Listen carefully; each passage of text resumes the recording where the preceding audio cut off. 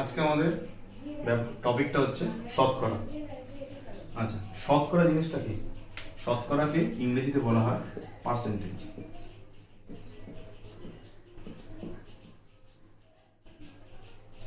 আর আমরা এই চিহ্নতেও লিখে থাকি। এই চিহ্নটা মানে সবাই জানো। এবার এই জিনিসটা কি? তাহলে ভগ্নাংশ আমরা সবাই চিনি। ভগ্নাংশকে 1/5, এটা একটা ভগ্নাংশ রয়েছে। এবার এটাকে যদি বলা হয় এটা কত পার্সেন্ট, তাহলে আমরা কি করে বের করব? ভগ্নাংশের শতকরা বের করতে হলে আমাদের কি করতে হবে? 100 দিয়ে গুণ করতে হবে। 100 দিয়ে গুণ। তাহলে আমরা যদি 100 দিয়ে গুণ করি তাহলে সেটা কিসে চলে আসবে? শতকরা বা পার্সেন্টেজে। যেমন 5 দিয়ে 100 কাটলে হয় 20, 5 দুগুণে 10 আর 0 20, তাহলে হচ্ছে 20%।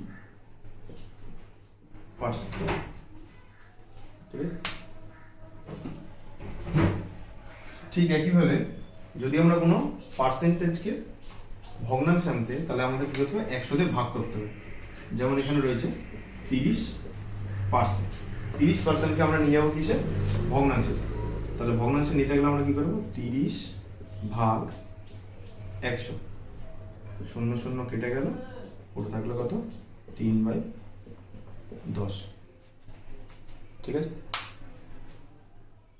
কোনো একটা ভগ্নাংশকে 100 দিয়ে গুণ করলে সেটা আমরা শতকরা বা পার্সেন্টেজে পাই, বা কোনো পার্সেন্টেজকে বা শতকরাকে যদি 100 দ্বারা ভাগ করি তাহলে সেটা ভগ্নাংশে এসে দাঁড়ায়। এটা হচ্ছে পার্সেন্টেজের ব্যাপার।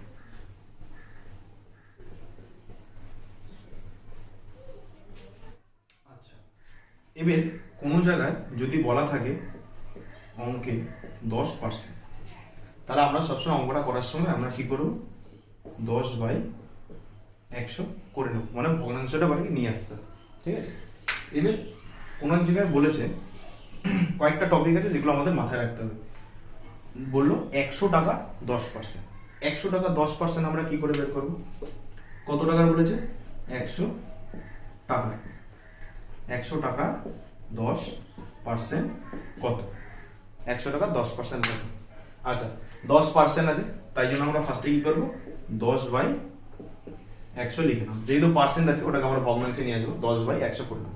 এবার যত টাকার বলবে তত দিয়ে গুণ করতে হবে। এখানে 100 টাকার বলেছে, তাই আমরা কত দিয়ে গুণ করবো? 100 দিয়ে। তাহলে এই শূন্য কেটে গেল, এই শূন্য কেটে গেল, পুরো থাকলো 10। তাহলে সমান সমান কত? 10। এই 10টা কি? টাকা। 100 টাকা 10% 10 টাকা। 100 টাকা 10% 10 টাকা। এইভাবে আমরা বের করতে পারবো।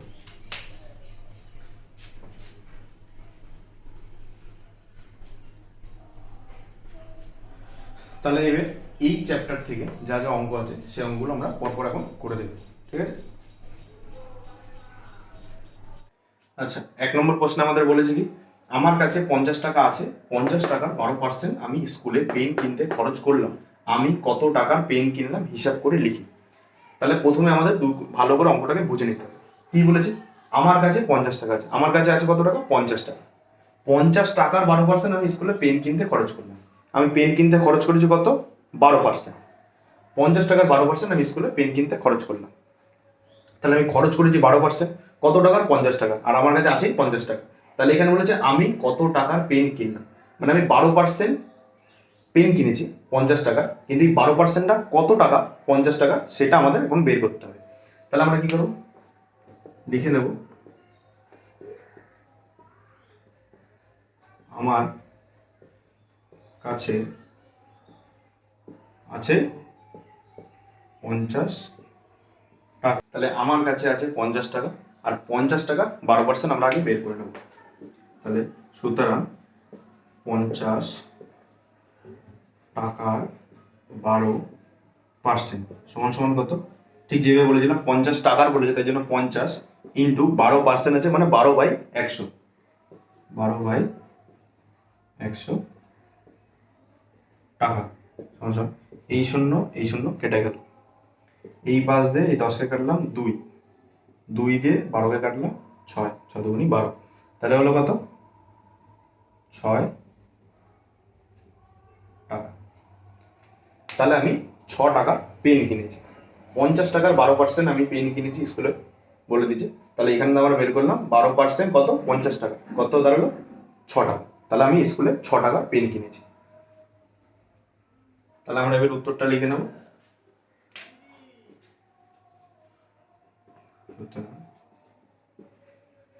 আমি স্কুলে 6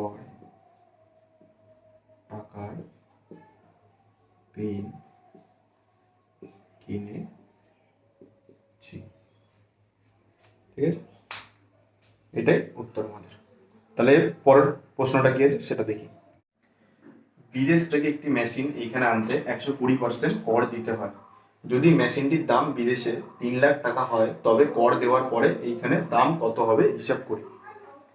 তাহলে মেশিনটির দাম কত, 3 লাখ টাকা, আর আমাদের কর দিতে হবে কত, এখানে আনতে হলে 120%। এবার 120% কর দিতে হবে, তাহলে কত টাকা, 120% মানে কত টাকা, 3 লাখ টাকা, সেটা আমাদের আগে বের করতে হবে। তাহলে ঠিক লিখে নেব, মেশিনের দাম 3 লাখ টাকা। তাহলে এবার কর দিতে হবে, কর মানে হচ্ছে ট্যাক্স, কর দিতে হবে কত সেটা আমরা এখন বের করবো। কর দিতে হবে 120%, কত টাকা, 3 লাখ টাকা। তাহলে ঠিক সেইভাবে লিখে দেবো, 3 লাখ টাকার উপর কর দিতে হবে, তাহলে 3 লাখ ইন্টু 120%, ঠিক বলেছি না, এর পার্সেন্ট থাকলে আমরা ভগ্নাংশে নিয়ে আসবো, কি করবো, 120 ভাগ 100, এর কাটাকুটি করে নেবো, এই 0 0 কেটে গেল, এই 0 কেটে গেল, 3 12 36, 1 2 3 4, চারটে শূন্য আমরা পরে বসিয়ে দেবো। এটা টাকা, এটা টাকা, তাহলে এত টাকা আমাদের কর দিতে হবে। তাহলে আমাদের কর দিতে হবে 3,60,000 টাকা। ঠিক আছে, এটা আমাদের কত দিতে হবে, কর। তাহলে এখানে বলেছিল কি, এইটা উত্তর না, উত্তর এখানে বলেছে তবে কর দেওয়ার পরে এইখানে দাম কত হবে, সেটা কি করবো, আমাদের এত টাকা কর তো প্রথমত দিতে হবে, তার সাথে আবার মেশিনের দামটাও আছে। তাহলে এইখানে এসে দাম কত হবে সেটা জিজ্ঞেস করছে, মেশিনের দামটা তো ধরা থাকবেই, তার সাথে আমাদের উল্টে এত টাকা কর দিতে হবে বা ট্যাক্স দিতে হবে। তাহলে কর দেওয়ার পরে এইখানে দাম হবে কত, মেশিনের দাম ছিল 3 লাখ টাকা, আর 3,60,000 টাকা কর, তাহলে সমান সমান 6,60,000 টাকা আমাদের মেশিনের দাম দাঁড়াবে। ঠিক আছে, ঠিক আছে, তাহলে 2 নম্বর হয়ে গেছে। এবার আমরা পরের অঙ্কটা যাবো। আচ্ছা, 3 নম্বর প্রশ্ন আমাদের কি বলেছে, হিসাব করে মান লিখতে বলেছে।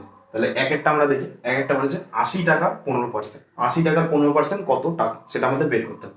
তাহলে ঠিক যেভাবে বলেছিলাম 80 টাকার বলেছে, তাই জন্য আমরা 80 টাকা লিখে দেবো, তারপর গুণ চলে আসবে, 15% বলে 15% কে কি করবো, 100 দিয়ে ভাগ করে দেবো, 15 কে মানে ভগ্নাংশে নিয়ে আসবো, 15 ভাগ 100। এবার হিসাব করে নেবো, 0 0 কেটে গেল, 5 দিয়ে এটাকে কাটলে থাকে হচ্ছে 3, 5 দিয়ে 10 কে কাটলে থাকে 2, 2 দিয়ে 8 কে কাটলে থাকে হচ্ছে 4, 3 4 12 টাকা। তাহলে 80 টাকার 15% কত, 12 টাকা।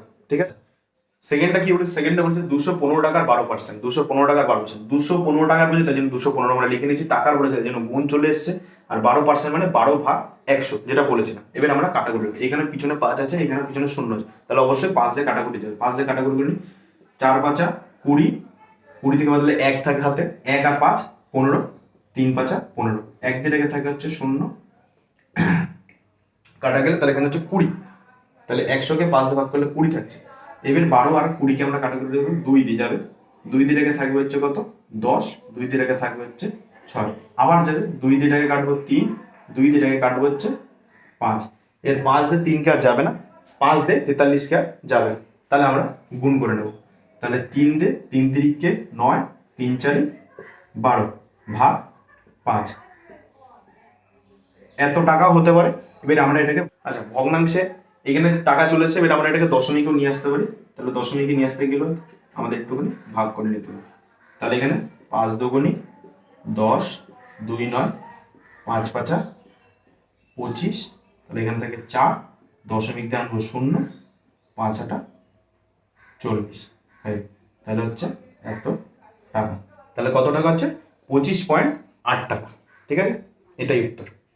আচ্ছা, 3 নম্বরটা আমাদের কি বলছে, 37.8 মিটারের 110%, এটা আমরা কি করে বের করবো? ঠিক সেইভাবে 37.8 মিটার বলে দিচ্ছে, তাই জন্য আমরা 37.8 লিখে নিয়েছি। মিটারের এত বের করতে হবে, তাই জন্য গুণ, আর 110%, 110/100 ভগ্নাংশে নিয়ে এবার আমরা কাটাকুটি করে নেবো। কাটাকুটি করাটা এখানে দশমিক আছে, দশমিক দিয়ে গুণ করে অনেকটা বড় হয়ে যাবে বা কঠিন মনে হবে, তাই জন্য দশমিকটা আমরা তুলে নেব। দশমিক তুললে একটা ঘরের আগে দশমিক আছে, তাই জন্য নিচে 1 আর একটা শূন্য বসবে। এক ঘর আগে দশমিক আছে বলে একটা শূন্য বসবে, ঠিক আছে। এবার আমরা এখান থেকে দশমিকটা উঠে গেছে, দশমিকটা উঠে গেলে এবার এখানে 378 হয়ে গেছে। এবার আমরা কাটাকুটিটা করে নেব। তাহলে এই শূন্য কেটে গেল, 2 দিয়ে এটাকে কাটবো হচ্ছে 2 1 2, 1 থাকে হাতে 17, 8 দুগুণে 16, হাতে আমার 1 18, 9 দুগুণে 18, 2 দিয়ে এটাকে কাটবো হচ্ছে 5। আর কাটাকুটি হয়তো যাবে না, ঠিক আছে। তাহলে আমরা গুণটা করে নেব। তাহলে গুণটা করি 1 8 9 ইন্টু 11, 9 1 9, 8 1 8, 1 1 1, 9 8 1, তাহলে 9 9 আর 8 কত হয়? 17, 17 7, হাতে আমার 1, 8 আর 1 9, আর 1 10, হাতে আমার 1, 1 আর 1 2, তাহলে উপরে রইল কত? 2 0 7 9, আর নিচে থাকছে কত? 50, এত মিটার। এত মিটার আমাদের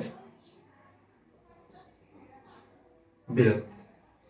এবার এটা ভগ্নাংশ রয়েছে, আমরা এটাকে দশমিকেও নিয়ে আসতে পারি। দশমিকে নিয়ে আসতে হলে কি করতে হবে? আমাদের আবার সেই ভাগ করতে হবে। তাহলে 2 7 9 ভাগ 50, এখানে লিখি 2 0 7 9, 4 দিয়ে করি, 4 5 20, মানে হচ্ছে 200। 200 এখানে তাহলে 7 নম্বর, এখানে 9, তাহলে 2 দিয়ে গুণ করলে 100 হয়ে যাবে। তাহলে আমরা 1 দিয়ে গুণ করবো, 50 1 50, এখানে 9, এখানে 2। এবার যে দেখবো এটা কম, তাই জন্য এখানে দশমিক দিয়ে এখানে আবার আনবো। তারপরে এখানে হবে 5 দিয়ে যাবে হচ্ছে 25, থাকবে এটা 0 0, দশমিকের জন্য আবার একটা শূন্য আসবে, আর এখানে 8 আসলে হবে 400। তাহলে হয়ে গেল। তাহলে আমাদের এইটা উত্তর 41.58, ঠিক আছে।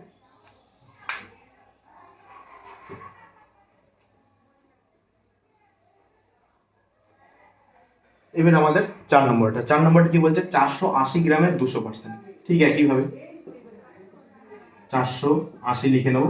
আর 480 গ্রামের বলেছে, তাই জন্য গুণ হবে। আর এখানে বলেছে কত? 200%। 200% মানে আমরা পার্সেন্টেজ আছে ভগ্নাংশে নিয়ে আসবো, মানে 200 ভাগ 100। তাহলে এই শূন্য এই শূন্য এই শূন্য এই শূন্য কেটে গেল, পড়ে থাকলো 2।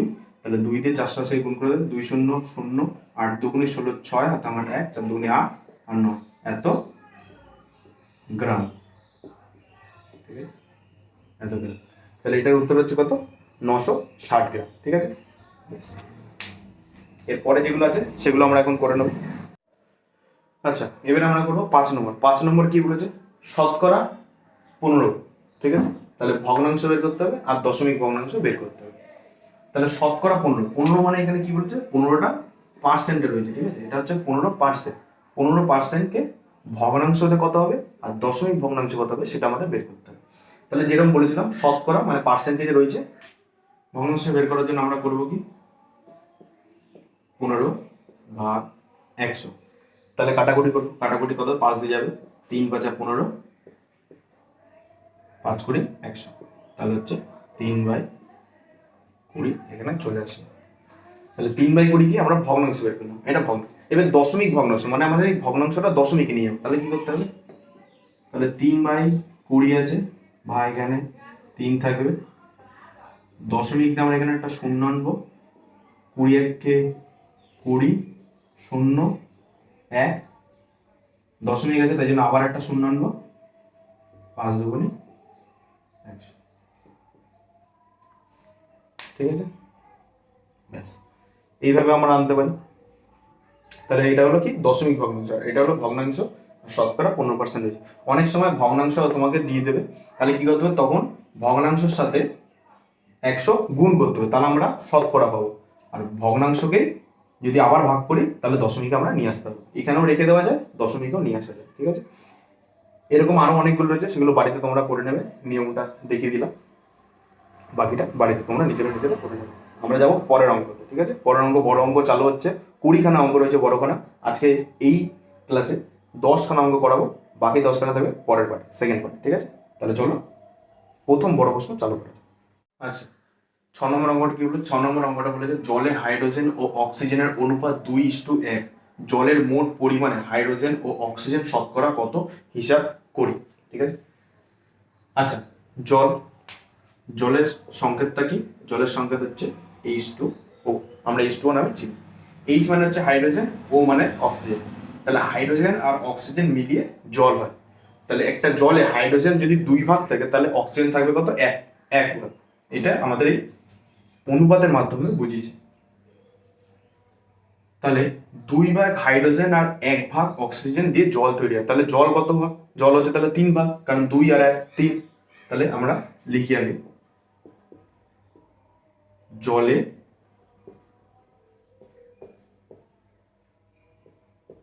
হাইড্রোজেন আছে কত? 2 ভাগ। কত ভাগের মধ্যে? 3 ভাগের মধ্যে, কারণ জল হচ্ছে 3 ভাগ, কারণ হচ্ছে এই 2 প্লাস 1 সমান সমান 2/3 ভাগ, ঠিক আছে? আবার জলে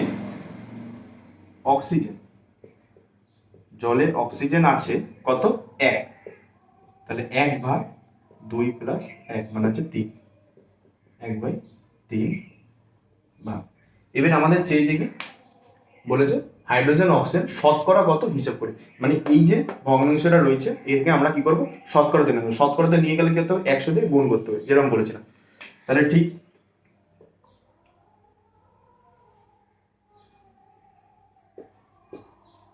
জলে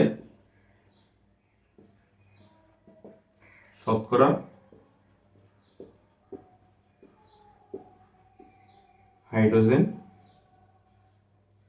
হাইড্রোজেনের পরিমাণ কি করব? 2/3 ইন্টু 100। তাহলে হলো কত? 200/3। 200/3 কে আমরা কিভাবে লিখতে পারি? ভাগ করে দেবো। এখানে 200/3, 3 6 18, 2 থাকবে 0, 3 6 18। এর পয়েন্ট দিয়ে এখানে 2, এখানে আবার একটা 0 আনলাম পয়েন্ট দিয়ে, আবার এরকম করে চলতে থাকবে। তাহলে 6.66 এরকম করে এত পার্সেন্ট, ঠিক আছে? ঠিক সেইভাবে জলে শতকরা অক্সিজেনের পরিমাণ কত হবে? এটা হয়ে গেছে, আমি এখানটা করে দিচ্ছি, ঠিক আছে? শতকরা হবে হচ্ছে 1 ইন্টু 1/3 ইন্টু 100। তাহলে সমান সমান দাঁড়াবে কত? 100/3। তাহলে আমরা এটাকেও দশমিকে নিয়ে আসবো। দশমিকে নিয়ে আসলে কত থাকবে? 3 তিরিকে 9, 1 0, 3 তিরিকে 9, পয়েন্ট দিলে আবার 1, সরি এখানটা বুঝে গেছে, 10 9 9 1, এখানে দশমিকে আবার 0, আবার এখানে 3, আবার এখানে 9, এরকম করে চলতে থাকবে, ঠিক আছে? তাহলে 3.33.3, আবার এখানে 3 হবে, এরকম করে 3 3 3 3 হতে হতে চলে যাবে, এখানে 6 হতে হতে চলে যাবে, কোনো শেষ নেই। তাহলে 66.66 আর 33.33%, ঠিক আছে? এটা আমার হয়ে গেল। তাহলে পরের অঙ্ক, ঠিক আছে? আচ্ছা, এবার হচ্ছে 7 নম্বর অঙ্ক। 7 নম্বর কি বলেছে আমরা পড়ে নিই। হৃদয়পুরের একটি কারখানায় আগে 1500টি বোতল তৈরি হতো, এখন তৈরি হয় দৈনিক 1695টি বোতল। ওই কাচের কারখানায় উৎপাদন শতকরা কত বৃদ্ধি পেয়েছে? তাহলে কি বলেছে? একটা কারখানায় আগে 1500 খানা বোতল তৈরি হতো, বর্তমানে কটা তৈরি হয় একদিনে? 1695টি বোতল। তাহলে যে উৎপাদন মানে যেটা হতো তৈরি, সেটা শতকরা কত বৃদ্ধি পেয়েছে? তাহলে এই অঙ্কগুলো করতে গেলে আমাদের আগে কি করতে হবে? কত বৃদ্ধি পেয়েছে সেটা আমরা বের করি, ঠিক আছে? তাহলে আগে তৈরি হতো 1500টি বোতল। আগে তৈরি হতো কত? 1500টি বোতল। বর্তমানে তৈরি হয় কত? 1695টি বোতল। তাহলে উৎপাদন বেড়েছে কত? উৎপাদন বেড়েছে তাহলে এখন হয় 1695টা, আগে হতো 1500টা, 1500টি বোতল। তাহলে বেড়ে হচ্ছে 5 9 1 এতটি বোতল। তাহলে 195টি বোতল এখন বেশি তৈরি করে, আগে 1500টা করতো, এখন 1695টা করে, তাহলে বেড়েছে কত? 195টা। এই 195টা বোতল কতর উপরে বেড়েছে? 1500-এর উপর। মানে আগে সবার প্রথমে হতো 1500, বেড়েছে হচ্ছে 195 খানা, তাহলে 195 খানা বেড়েছে 1500-এর উপরে। শতকরা বের করতে হলে কি করবো আমরা? এবার উৎপাদন শতকরা বেড়েছে, উৎপাদন শতকরা বেড়েছে কত? 195 খানা বোতল এখন বেশি বানায়, কতর উপরে বানায়? 1500, আগে 1500 খানা বানাতো। এবার এটা ভগ্নাংশে চলে আসলো, এবার আমরা পার্সেন্টেজ বের করবো, তাই জন্য আমরা কি করবো? 100 দিয়ে গুণ করবো। এই শূন্য কেটে গেল, এই শূন্য কেটে গেল, 5 5 হয়, তাহলে 5 দিয়ে ভাগ করে দিই, 3 5 15, আর এটা হচ্ছে 3 5 15, 4 45, 5 9 45, 3 দিয়ে কেটে যাবে, 3 1 3, 3 3 9, সমান সমান কত? 13%। তাহলে উত্তর আমাদের কি বলেছে? কাচের কারখানায় উৎপাদন শতকরা কত বৃদ্ধি হয়েছে? তাহলে আমরা উত্তর লিখে নেবো কি? ওই কাচের কারখানায় উৎপাদন শতকরা 13% বৃদ্ধি পেয়েছে। ঠিক আছে, তাহলে এটা হয়ে গেল। এবার আমরা পরের অঙ্ক করতে যাবো। আচ্ছা, 8 নম্বর প্রশ্ন কি বলেছে? 8 নম্বর প্রশ্ন রয়েছে, সাধারণ বায়ুতে নাইট্রোজেন, অক্সিজেন ও কার্বন ডাই অক্সাইড গ্যাসের পরিমাণ যথাক্রমে 75.6%, 23.04%, 1.36%। তাহলে 25 লিটার বায়ুতে কোন গ্যাস কতটুকু আছে, এটা আমাদের বের করতে হবে। তাহলে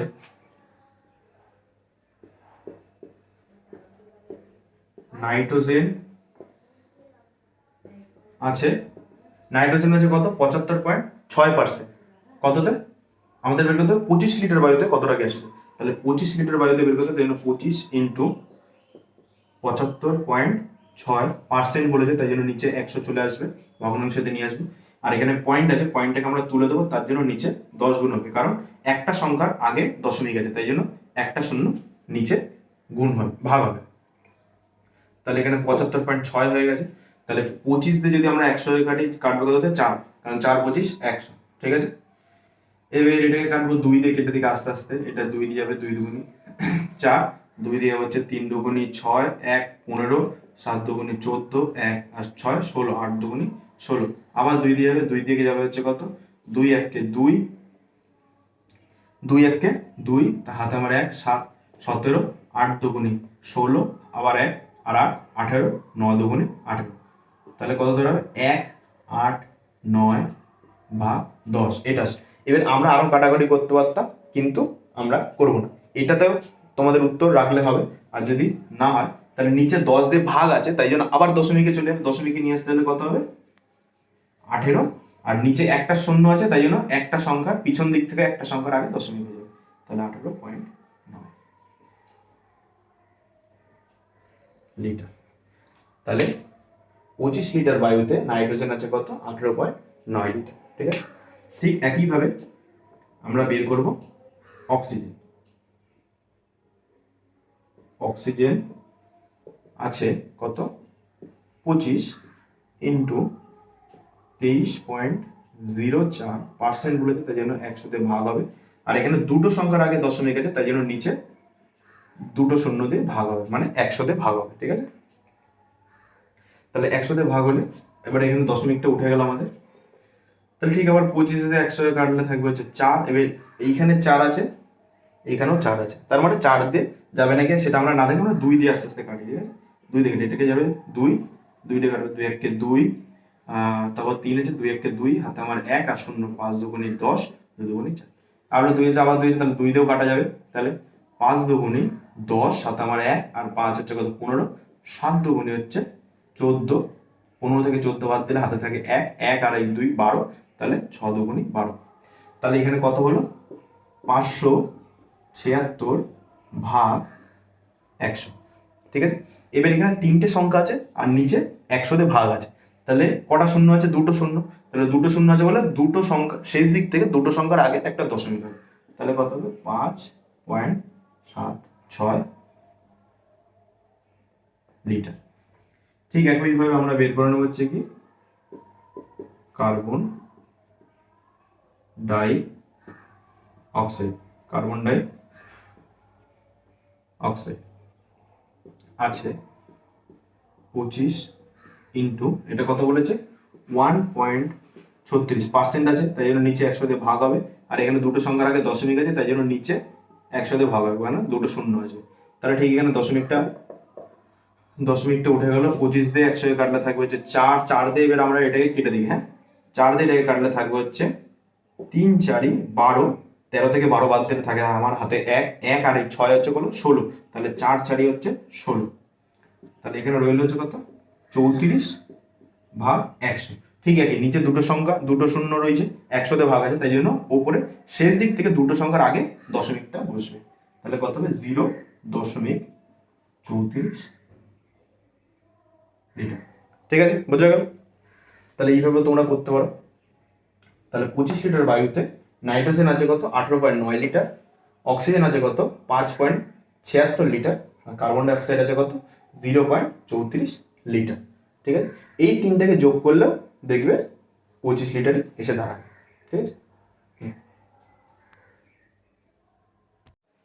আচ্ছা 9 নম্বর প্রশ্নটা কি বলছে, তৃষা মিলনদার দোকান থেকে একটি বই কিনেছে, মিলনদা বইয়ের ওপর লেখা দামের ওপর পর 10% এবং 5% ছাড় দিলেন, বইটির ওপর লেখা দাম 200 টাকা হলে তৃষা মিলনদাকে কত টাকা দিয়েছে হিসাব করে লিখি। ঠিক আছে, মানে তৃষা একটা বইয়ের দোকানে গেছে, একটা বই কিনেছে যেটির দাম 200 টাকা, বইটি কেনার পরে মিলনদা তাকে প্রথমে 10% ছাড় দেয় এবং পরে 5% ছাড় দেয়, তাহলে ছাড় দেওয়ার পর কি হবে, বইটার দাম নিশ্চয়ই কমবে, তাহলে এখানে চেয়েছে তৃষা মিলনদাকে কত টাকা দিয়েছে। ঠিক আছে, তাহলে 10% ছাড় দিয়েছে প্রথমে, তারপরে আবার 5% ছাড় দিয়েছে, তাহলে আমরা কিভাবে বলবো, বইটির দাম কত 200 টাকা।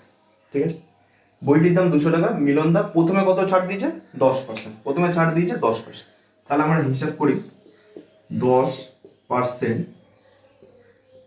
ছাড়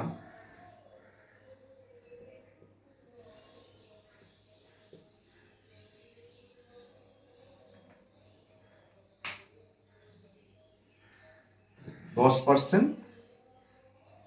ছাড়, 10% ছাড় মানে কত, 10% ছাড় মানে হচ্ছে 200 টাকার উপরে ছাড় দিচ্ছে, তাহলে 10% ছাড় মানে হচ্ছে 200 টাকার উপরে 10%, 10/100 কত, একটা শূন্য এই একটা শূন্য কেটে গেল, এই শূন্য কেটে গেল, সমান সমান 20 টাকা। তাহলে 10% ছাড় দিচ্ছে মানে হচ্ছে 20 টাকা প্রথমে ছাড় দিচ্ছে, তাহলে মিলনদা কাছে যখন বইটা কিনতে গেছে বইটার দাম লেখা ছিল 200 টাকা, মিলনদা 10% ছাড় দিচ্ছে মানে কত, হিসাব করে আমরা দেখলাম কত 20 টাকা ছাড় দিচ্ছে, তাহলে 10% ছাড় দেওয়ার পর বইটির দাম 10% ছাড় দেওয়ার পর বইটির দাম কত হবে, 200 টাকা ছিল বইটির দাম, 10% ছাড় দিচ্ছে মানে 20 টাকা ছাড় দিচ্ছে, 20 টাকা ছাড় মানে 20 টাকা বাদ দিই আমরা, তাহলে 20 টাকা বাদ দিলে কত দাঁড়াচ্ছে, বইটার দাম 180 টাকা। ঠিক আছে, তাহলে প্রথমে মিলনদা 10% ছাড় দিচ্ছে, 10% ছাড় মানে হচ্ছে 20 টাকা ছাড়, 20 টাকা ছাড় দেওয়ার পর বইটার দাম 200 টাকা ছিল, 20% ছাড় দিলে 180 টাকা বইটার দাম এসে দাঁড়ায়, কিন্তু তারপর আবার কি হচ্ছে, আবার 5% ছাড় দিচ্ছে, এবার 5% ছাড় মানে কত, এবার এখানটা বোঝার আছে, বইটার দাম 200 টাকা, ফার্স্টে 10% ছাড় পরে 5%, 10% ছাড় যখন দিচ্ছে তখন বইটার দাম কত ছিল 200 টাকা, তাই জন্য 20 টাকা কমেছে 180 টাকা হয়েছে, এবার যখন 5% ছাড়টা দেবে তখন কি বইটার দাম 200 টাকা আছে, আর বইটার দাম 200 টাকা নেই, বইটার দাম এখন কত হয়েছে 180 টাকা, তাহলে এই 5% ছাড়টা কিসের উপর দেবে, এই 180 টাকার উপর দেবে, তাহলে 180 টাকার উপরে 5% ছাড়, 5% রয়েছে মানে নিচে 100, এবার আমরা দেখি কত হয়, 0 0 কেটে গেল, 5 দিয়ে 10 কে কাটা হচ্ছে 2, 2 দিয়ে 18 কে কাটা হচ্ছে 9, তাহলে কত 9 টাকা। ঠিক আছে, 9 টাকা ছাড় দিয়েছে, তাহলে ঠিক একইভাবে 5% ছাড় দেওয়ার পর বইটির দাম সমান সমান কত, 180 টাকা বইটার দাম ছিল, 10% ছাড় দেওয়া মানে 20 টাকা ছাড় দেওয়ার পরে 180 টাকা ছিল, তারপর আবার 5% ছাড় দিচ্ছে মানে 9 টাকা ছাড় দিচ্ছে, 9 টাকাটা কিসের উপর কমেছে 180 টাকা, মানে 180 মাইনাস 9 টাকা, তাহলে 180 থেকে 9 বাদ দিলে কত থাকে 171, হিসেব করো 9, 180 থেকে বাদ দাও, 171 টাকা। তাহলে 10% আর 5% ছাড় দেওয়ার পর বইটার দাম কত এসে দাঁড়িয়েছে? 171 টাকা। তাহলে তৃষা মিলনদাকে এখন কত টাকা দেবে? তৃষা মিলনদাকে দেবে হচ্ছে 171 টাকা। তাহলে উত্তরে কি যে তৃষা মিলনদাকে কত টাকা দিয়েছে? কত টাকা দিয়েছে? 171 টাকা। ঠিক আছে, কোনো অসুবিধা নেই। ব্যাস এইটা। আর এরপর আবার একটা অঙ্ক আছে, সেটা দেখি। ওটা এই ক্লাসের লাস্ট অঙ্ক, বাকি যে কোনো অঙ্ক থাকবে সেটা পরের ক্লাস হবে। হ্যাঁ, তাহলে লাস্ট অঙ্কটা আমরা দেখিনি তাতে চলো। আচ্ছা, এইটাই ক্লাসের লাস্ট অঙ্ক, 10 নম্বর অঙ্ক। কি বলছে? একটি বর্গক্ষেত্রের প্রতিটি বাহুর দৈর্ঘ্য 10% বাড়ানো, ওই বর্গক্ষেত্রের ক্ষেত্রফল শতকরা কত বাড়লো ত্রৈরাশিক পদ্ধতিতে হিসাব করে লিখি। মানে একটি বর্গক্ষেত্র আছে, বর্গক্ষেত্রের বাহুটাকে 10% বাড়ানো হয়েছে, 10% বাড়ানোর পর ক্ষেত্রফল আগে যেটা ছিল সেটার থেকে কত বেড়েছে আর শতকরাতে বার করতে বলেছে। তাহলে এই অঙ্কটা করার আগে আমাদের কতগুলো জিনিস মাথায় রাখতে হবে। তোমরা অনেক আগে হয়তো পড়েছো বর্গক্ষেত্র, এই নামটা হয়তো শুনেছো আগে। বর্গক্ষেত্রের জিনিসটা কি, বর্গক্ষেত্রের ব্যাপারটা আমাদের আগে জানতে হবে, নাহলে অঙ্কটা করতে গেলে আমাদের একটু সমস্যা হবে, আর কিছু না। তাহলে অঙ্কটা করার আগে বর্গক্ষেত্র কি? বর্গক্ষেত্র হচ্ছে একটি চতুর্ভুজ যার 4টি বাহুই সমান। বর্গক্ষেত্র হচ্ছে একটি চতুর্ভুজ যার 4টি বাহুই সমান। ঠিক আছে, এক একটা বাহুকে আমি এ ধরলাম, এ একটা এ, এ একটা এ, এ একটা এ, আর এ একটা এ। এবার বর্গক্ষেত্রের কিছু সূত্র আছে। সূত্র নাম্বার যদি 1 বলি, তাহলে বর্গক্ষেত্রের কি হয়? এই যে 4-5টা রয়েছে এটাকে আমরা কি বলবো? পরিধি। বর্গক্ষেত্রের এই 4-5টাকে আমরা বলবো পরিধি। এর বর্গক্ষেত্রের পরিধি বের করার নিয়ম বা সূত্রটা কি? পরিধি বের করার সূত্র হচ্ছে, কটা দিক আছে? 4টে। 4টেরই কি মান সমান? বাহু এ এ এ এ, তাহলে কত হলো? 4a। তাহলে পরিধি বের করার সূত্র হচ্ছে 4a একক। একক মানে এখানে যদি সেন্টিমিটার থেকে সেন্টিমিটার, মিটার থাকলে মিটার, তাহলে পরিধি বের করার ক্ষেত্রে আমরা 4a। 2 নম্বর আসি ক্ষেত্রফল। ঠিক আছে, ক্ষেত্রফল মানে হচ্ছে এই যে ভিতরে যে জায়গাটা, ঠিক আছে, এই যে ভিতরের জায়গাটা রয়েছে এটাকে বলা হচ্ছে ক্ষেত্রফল। এবার বর্গক্ষেত্রের ক্ষেত্রফলের সূত্র কি? এ স্কোয়ার। ঠিক আছে, এ স্কোয়ার মানে দৈর্ঘ্য ইন্টু প্রস্থ। এটা হচ্ছে আয়তক্ষেত্রের ক্ষেত্রফলের সূত্র। আর এখানে দৈর্ঘ্য প্রস্থ বলে কিছু নেই, কারণ এখানে সবকটাই সমান, তাই হলো এগুলো একটা বাহু। তাহলে দৈর্ঘ্য এ, প্রস্থ এ, তাহলে এ এ স্কোয়ার। এবার এখানে স্কোয়ার আছে বলে এটা হবে একক না, এটা হচ্ছে বর্গ একক, কারণ এখানে স্কোয়ার হয়ে যাচ্ছে। ঠিক আছে, এই দুটো জিনিস তোমাকে বর্গক্ষেত্রের মাথায় রাখতে হবে এই অঙ্কটা করার জন্য। আর একটা জিনিস তাও তোমাদের বলে রাখছি, বর্গক্ষেত্রে যদি বলে কর্ণ, আগে বা পরে বা এই ক্লাসে এইটাই হয়তো তোমাদের কোশ্চেন আসতে হবে। যদি বলে কর্ণ, তাহলে অনেকেই বোঝে না কর্ণ কি। কর্ণ মানে হচ্ছে আমরা কি জানি? কান। তাহলে বর্গক্ষেত্রের কর্ণ, বর্গক্ষেত্রের কর্ণ বলে সবার মাথায় সবার আগে কি আসবে? আমি যদি বলি বর্গক্ষেত্রের কটা কর্ণ আছে, সবাই আগে বলে 4টে। কেন? কর্ণ মানে কান বা কোনা, এরকম কিছু একটা মাথায় আসে, তাই জন্য কি বলবে? এই যে 1টা 2টো 3টে 4টে, এই 4টাকে কর্ণ বলে। কিন্তু এটা কি কর্ণ? না, এটা কর্ণ না। কর্ণ কোনটা? কর্ণ হচ্ছে, আমি আরেকবার মুছে দিই। কর্ণ কোনগুলো? যদি এটা একটা বর্গক্ষেত্র হয়, কর্ণ হচ্ছে এই দুটো, একটা আর এই একটা। কটা কর্ণ? দুটো কর্ণ। এই একটা কর্ণ, এই একটা কর্ণ। কর্ণের সূত্র আছে, সেটা যখন বর্গক্ষেত্র করাবো তখন তোমাদের বলবো। এটা কিন্তু তোমরা মাথায় রাখো, কর্ণ কিন্তু এই 4টে কোণা না, কর্ণ মানে হচ্ছে এই একটা কর্ণ আর এই একটা কর্ণ। ঠিক আছে, আর এই অঙ্কটা করতে গেলে তোমাদের ক্ষেত্রফলটা লাগবে, কারণ ক্ষেত্রফল কত? এবার বর্গক্ষেত্রের ক্ষেত্রফল যদি তোমরা না জানো তাহলে অঙ্কটা করতে পারবে। বর্গের ক্ষেত্রফল কি করে বেরোবে? এ স্কোয়ার, মানে বাহুর স্কোয়ার। এ মানে হচ্ছে একটা বাহু, তাহলে বর্গক্ষেত্রের ক্ষেত্রফল বেরোয় কি করে? বাহুর স্কোয়ার করলে বর্গক্ষেত্রের ক্ষেত্রফল আমরা পাই।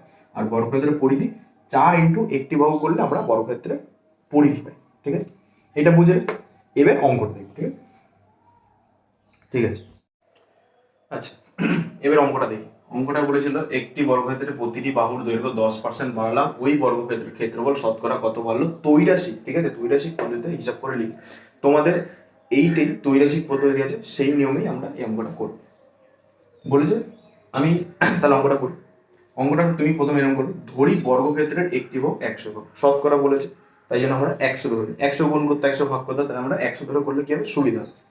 বর্গক্ষেত্রের একটি বাহু ধরি 100 একক, তাহলে ক্ষেত্রফল কত হবে? আমি সূত্র কি বলছিলাম? বাহুর স্কয়ার। ক্ষেত্রফল মানে হচ্ছে বাহুর স্কয়ার, তাহলে বাহু 100, তাহলে 100 স্কয়ার মানে দুটো 100 গুণ হবে, 100 আর 100 কি হবে? এটা একক আছে, কিন্তু এখানে কিন্তু ভুল, এটা হবে বর্গ একক, ঠিক আছে।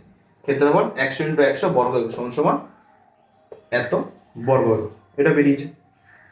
এটা হচ্ছে আমাদের নর্মাল ক্ষেত্রফল। এইবার এখানে বলেছে বর্গক্ষেত্রের প্রতিটি বাহুর দৈর্ঘ্য 10% বাড়ানো, তাহলে বাহুর দৈর্ঘ্য 10% বাড়ালে কত বাড়বে সেটা আমরা বার করি। 10%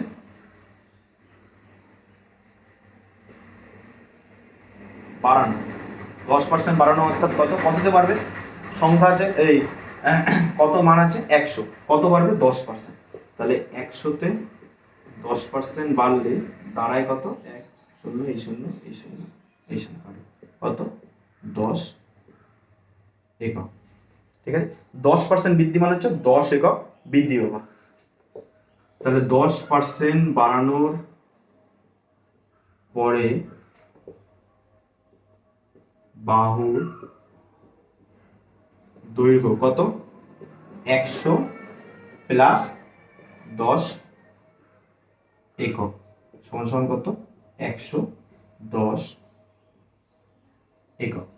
এটা হচ্ছে কি 10% একটি বাহু বাড়ানোর পরে, একটি বাহুকে 10% বাড়ানো মানে হচ্ছে 10 একক বাড়ানো, আর 10% বাড়ানোর পরে বাহুর দৈর্ঘ্য এসে কি দাঁড়াবে? 100 প্লাস 10 একক সমান 110 একক, ঠিক আছে। এবার বর্তমানে ক্ষেত্রফল কত? বর্তমানে ক্ষেত্রফল হচ্ছে এই বাহু স্কয়ার, তাহলে কত হবে? 110 ইন্টু 110 বর্গ একক। 110 ইন্টু 11 আর 11, 11 আর 11 গুণ করলে কত হয়? 121, এটা তোমরা সবাই জানো, এইগুলো কিন্তু মাথায় রাখতে হবে, ঠিক আছে। 11 আর 11 গুণ করলে হয় 121, দুটো শূন্য আছে, দুটো শূন্য আমরা বসিয়ে দিলাম, কত হলো? বর্গ একক। এবার দেখে বলো, ফার্স্টে এটা ছিল, এখন এটা হয়েছে, তাহলে নিশ্চয়ই বৃদ্ধি পেয়েছে তো। এবার কত বৃদ্ধি পেয়েছে সেটা আমাদের বের করতে, তাহলে বৃদ্ধি পেয়েছে 121 0 0 মাইনাস 1 2 3 4 বর্গ এত বর্গ একক, তাহলে কত পেয়েছে? 2100 বর্গ একক। দেখো এইটুকুনি আগে ভালো করে বুঝো, বর্গক্ষেত্রে একটি বাহু 100 একক আমরা ধরে নিয়েছি, ক্ষেত্রফল তাহলে কত হলো? এত বর্গ একক। 10% বাড়ানো হয়েছে মানে কত? 100-তে 10% বেড়েছে মানে হচ্ছে 10 একক বেড়েছে। 10 একক বাড়ার পরে আগে কত ছিল?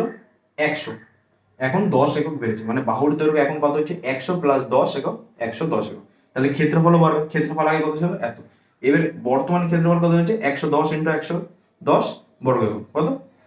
121 দুটো শূন্য বর্গ একক, ঠিক আছে, এত পেয়েছে। এবার বৃদ্ধি পেয়েছে কত? বৃদ্ধি পেয়েছে হচ্ছে এত। এবার তাহলে কি অঙ্ক হয়েছে? না হয়নি। এইটা কত বৃদ্ধি পেয়েছে সেটা বেরিয়েছে, আমাদের এখানে চেয়েছে কি শতকরা কত বাড়লো, আর এটা কিছু করতে হবে ত্রৈরাশিক পদ্ধতি, ঠিক আছে। এত দেখেছো, যদি কেউ টুকে থাকো তাহলে এটা পুরোটা টুকে নাও, কারণ এটা মুছে আমাকে আবার ত্রৈরাশিক পদ্ধতিটা করতে হবে। ভালো করে দেখে নাও একবার,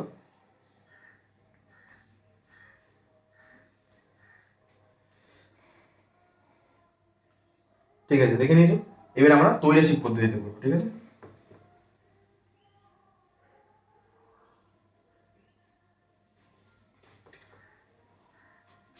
আচ্ছা, ত্রৈরাশিক পদ্ধতির জন্য আমরা লিখিনি ফার্স্টে ক্ষেত্রফল বৃদ্ধি চাইছে, তাহলে আমরা ক্ষেত্রফল দিয়ে লিখি, ক্ষেত্রফল ব্র্যাকেটে লিখে দিই বর্গ একক, ঠিক আছে। এটা ক্ষেত্রফল, আর এখানে হচ্ছে ক্ষেত্রফল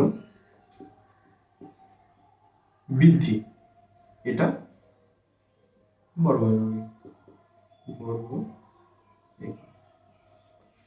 তাহলে একটা ক্ষেত্রফল রয়েছে, একটা ক্ষেত্রফল বৃদ্ধি রয়েছে, তাই জন্য আমরা শতকরাতে বের করবো। আর একটা ত্রৈরাশিক নিয়ম বলে। তাহলে ক্ষেত্রফল আমাদের কত ছিল? এটা সবার প্রথমে আমাদের এইটা ক্ষেত্রফল ছিল, বেড়েছিল কত? বেড়েছিল হচ্ছে 2,1,0,0,0। এটা বেড়েছিল, এততে বাড়ে এত, ঠিক আছে। 10,000-এ বেড়েছিল কত? 2,100। 10,000-এ 2,100 এটা বেড়েছিল। তাহলে আমরা শতকরাতে বের করতে গেলে 100 করতে, তাই জন্য কি করতে হবে? 10,000-এ যদি 2,100 বাড়ে, তাহলে 100-তে কত বাড়বে? এবার ভেবে বল, যদি 10,000-এ 2,100 বৃদ্ধি পায়, তাহলে 100-তে নিশ্চয়ই বৃদ্ধি পাবে। 100-তে বৃদ্ধি পেলে কি হবে? এটাতে যদি এটা বাড়ে আর এটাতেও তাহলে এটা বাড়বে, তাহলে কি হচ্ছে? এটা সরল সম্পর্ক হচ্ছে। তাহলে আমাদের লিখে নিতে হবে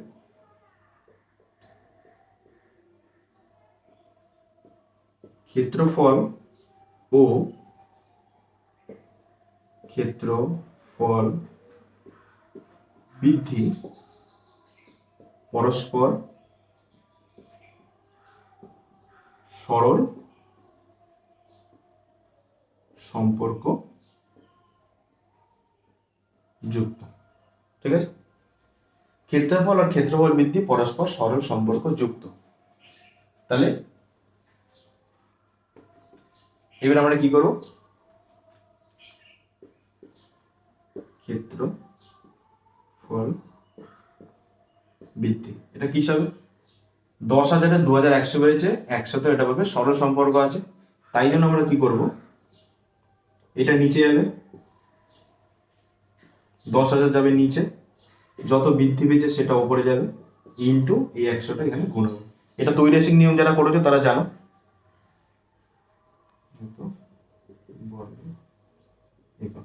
এই শূন্য এই শূন্য এই শূন্য এই শূন্য এই শূন্য এই শূন্য কত হলো? 21। তাহলে 21টা কি? 21% বৃদ্ধি পেয়েছে। 21 বৃদ্ধি পেয়েছে, ঠিক আছে। এখানে পার্সেন্ট আমরা দিলাম না। ক্ষেত্রফল বৃদ্ধি 21 বর্গ, ঠিক আছে। এই এখানে বর্গ করতে হবে, এইটাই হচ্ছে মানে এটা কিন্তু শতকরা, ঠিক আছে। উত্তর লেখার সময় তোমরা লিখে দেবে কি?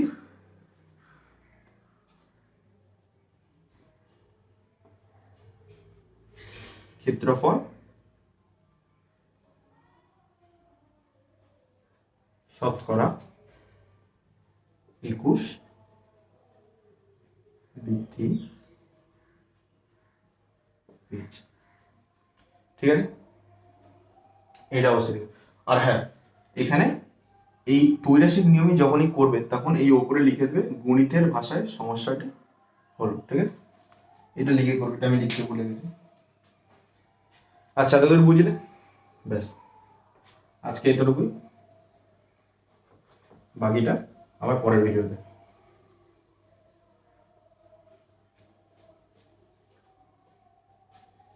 হ্যাঁ, ভিডিওটা যদি ভালো লেগে থাকে তাহলে একটা লাইক করে দেবে। যদি কোনো রকম কোথাও কারো ডাউট থাকে বা কোনো জিজ্ঞাসা থাকে তারা কমেন্টে জিজ্ঞেস করতে পারো। আর নিজে দেখো, আর বন্ধুদেরও যদি দেখাতে চাও তাহলে অবশ্যই শেয়ার করে দিও, ঠিক আছে।